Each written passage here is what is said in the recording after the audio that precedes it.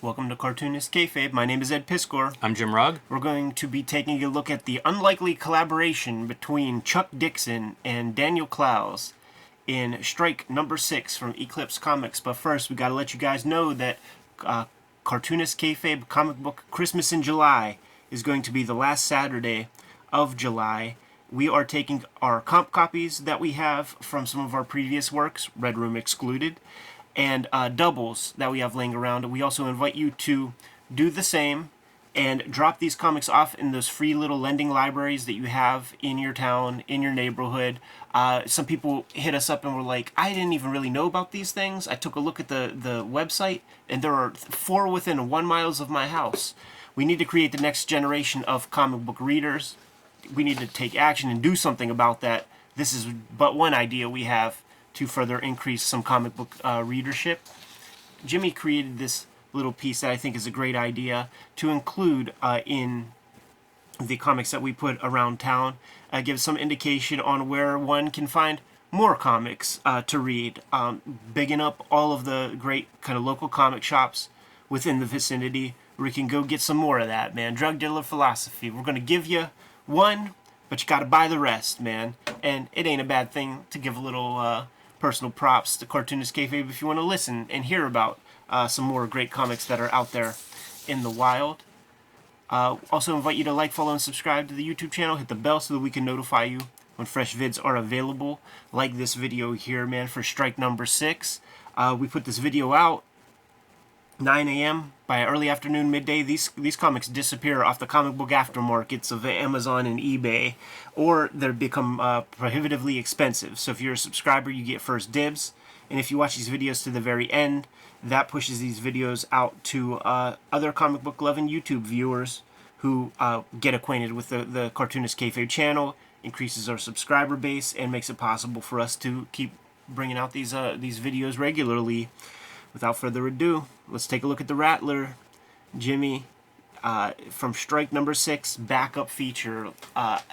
Legendary comic to me. I want to give a little context to this because this is 1988 whenever this thing comes out. Sure. And Clowes had been doing Lloyd Llewellyn. This is 1986, and it's a Lloyd Llewellyn published by Fantagraphics. I wonder if this is after Lloyd Llewellyn is canceled. Yeah. And maybe Clowes is like not sure what his comic book future holds because it's such an unlikely pairing, knowing his career, that he's doing a superhero team-up comic. The one interesting bit for that is this is positioned as if it were a Golden Age comic that's being reprinted here. So I think that's pretty interesting. But teaming up with Chuck Dixon, a mainstream writer, it just seems odd. Like, how do those two even like bump into each other? Yeah. The kayfabe of this is fantastic because if you're familiar with the Eclipse brand, whenever you would read some of those like Crime Does Not Pay reprints or they had several. There were some sci-fi ones where they would get hold of public domain Romance. They reprinted everything. Just these orphaned old Golden Age comics. It would have this exact same treatment on the bottom of every first page, telling you where these comics come from, and they're just continuing that tradition. Johnny Fishpaw, I believe. It's hard to read that. There's a little bit of bleed on that signature. Part of that, to me, I would like to think that he didn't tell Uncle Gary and Uncle Kim that he was doing this thing over there with Chuck Dixon at Eclipse Comics. So just like keep that out of their heads, man, because they would rib him, make fun of him a little bit. Also, this was like a legendary... Maybe not give him 8-ball. This is kind of like a legendary comic to seek out. Like, once, there's... Clowes makes comics by himself. So a person who makes comics on their own, their output is not going to be a jobber amount of output. You can get it all. And you can manageably get it all. So once you do, now you got to start looking for straggler things where he's doing covers or like stuff in that CAD magazine or whatever. And this one, on one of the earliest kind of comic book websites that I saw that was put up by like an independent person, it's a Clowes bibliography page. Like it might have been like, one of like 10 Dan Clowes Google hits back in the day. It was a bibliography page, and this was mentioned, Eclipse Comics publisher, Chuck Dixon collaboration. What are you talking about? What does that fucking look like? And I don't know about you, Jimmy. Given this thing a read, I don't know if Clowes just adapted a Chuck Dixon script because it reads Clowesian. It really does. That's what I was going to say. Like, if you're a Clowes fan, sometimes, you'll seek out different artists deep into their bibliography, and it's not always the best returns. This feels like Clowes through and through. You can see his lettering. I assume that he's the color artist as well, and it's a Clowes comic. Like, it feels like a Clowes comic. It's weird. Yeah, like all this kind of stuff. There are dialogue strokes that feel Clowesian. I guess what we're saying is that they're pretty good collaborators. If We'd like to see more Chuck Dixon, Dan Clowes comics. If Chuck Dixon's prose is really what we're reading, it ain't shabby. It's a good Clowes comic. Yeah, it is. I sought out a lot of his back catalog, and this one is one, like you say, Ed, that was really lived up to it. It was exciting to get this and actually go through it. Extra bonus that it was in color. You did not get that much. Very rare. Color Clowes back in the day. Doesn't this feel great, like a video game almost? It does, and it feels like he's really going for it. Like stuff like this, I don't know that you see that panel in a contemporary Clowes comic, and you could look at something like Death Ray to see how he handles superheroes. I mean, I guess this isn't a traditional superhero. It is sort of that golden age pulpy kind of hero, but it does feel like he's doing some stuff that's a little more in that action genre style.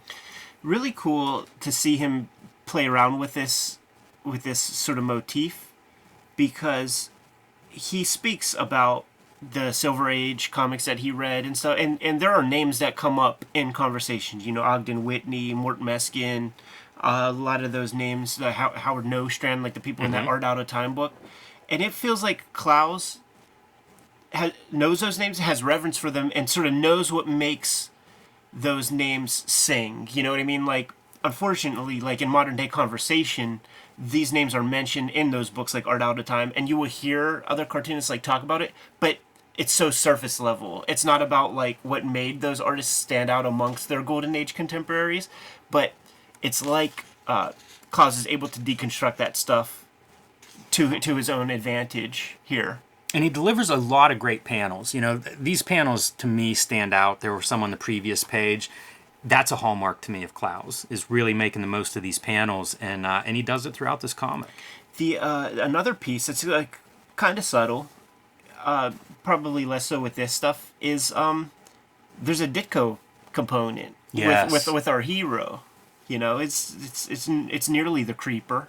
Yes, definitely. And the panel flow is Ditko-ish, with the kind of like left to right rather than the front to back, background to foreground kind of movement that you would get with a Kirby. Does this panel feel very Harvey Kurtzman? Oh, yeah. There's several. Like, there's a lot of Kurtzman here. It's kind of fun seeing this comic, too, because if, whatever the nature of the collaboration was, whether there was a tight script or it was more of like a prose story, it's kind of cool to see Clowes like breaking down a story that's not his. Yeah. Yeah, I mean, where else do you get that? Right. The one Peter Bagg comic that was in 8-Ball. It's the only other one I could think about.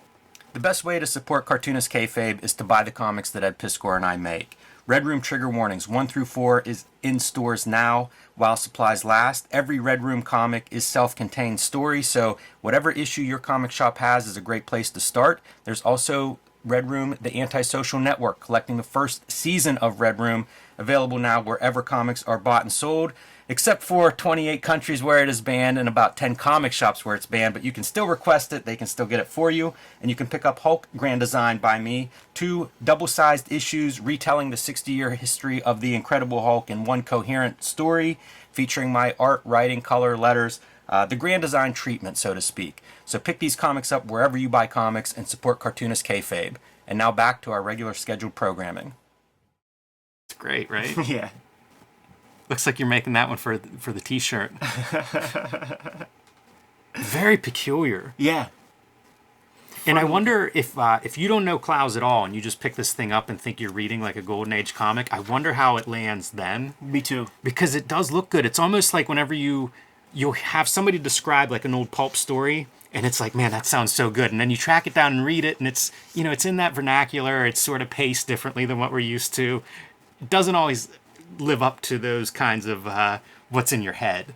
This feels like if you're going to do a Golden Age pulp kind of hero, it kind of delivers. Like, it's a real satisfying read in that regard. It might not be good if you love those actual real comics, but it feels that way. Like, there are elements to it, but it's pretty entertaining. Yeah, man. And Clowes, like, the style that he was playing with at this time, really reminiscent of that, like, 1950s, like, Gene Deitch cartoon kind of angular style. Like that kind of style where, you know, they would use, like, a sponge with green paint to make the Right. green of the tree and just, like, a brown brushstroke for the bark. I love the coloring. You know, like, look at the color there. Blue, Oh, yeah. yellow, and orange. It feels very, I don't know, unexpected, but works great. Looks great in color, too. Looks like he took advantage of being able to do some color for a change and went with these bright colors.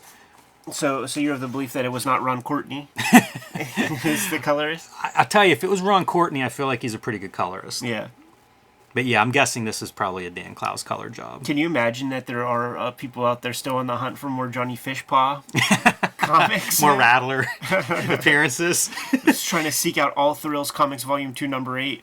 It would be the best if this showed up in like Art Out of Time kind of comics. If Yeah. somebody actually would position this as an authentic 1946 comic strip. And I like to imagine a few viewers out there are being schooled on this right now. Yeah. Mine's blown about this hoax. the hoax of it, I see. Not that it's a Clowes piece they haven't Yes, seen. right. But Yeah, they've been on the exactly. hunt for more Rattler. They've known this Clowes piece their whole life and had no idea. I had that experience myself, man, with the Ugly Family. You know, like I think Il O'Brien, or no, that his name was Stosh Gillespie on that. Very protective of his name. Yeah, Judo Joe, I think, might be an E.L. O'Brien where he's doing a lettering job, which is really peculiar, too. It's interesting how distinct his lettering is when that's the only element you're getting.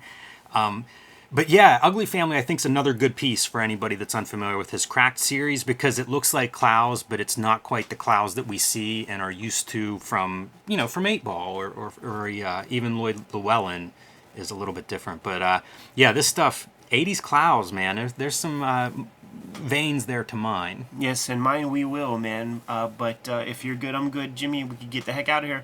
Kayfabers, like, follow, subscribe to the YouTube channel, hit the bell. We'll notify you when new vids are available.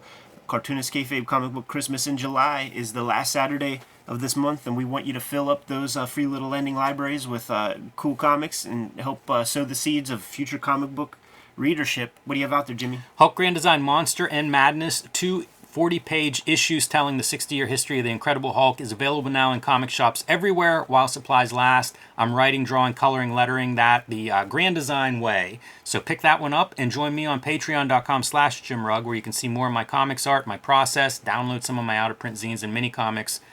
Thank you for that. Red Room Trigger Warnings, trade paperback, going to be in stores in September. Murder on the Dark Web for Fun and Profit is the name of the game. Thank you for supporting Red Room, the Antisocial Network, the first trade paperback in the series. If you see random issues out in the wild, though, scoop them up. Every issue is a completely self-contained sample, so you read one, you dig it, grab another. If you are in the unfortunate position of being in a place where the Red Room comics are banned, more than 28 countries, more than 10 comic shops, then you could order these comics by way of my link tree in the description below. My Patreon is there also if you want to read the comic books online. What else do we have out there, Jim? Subscribe to the Cartoonist Kayfabe e-newsletter at the links below this video. You can also find Cartoonist Kayfabe t-shirts and merchandise at the links below this video. That's another great way to support the Cartoonist Kayfabe channel. Given those marching orders, will be on our way. Read more comics.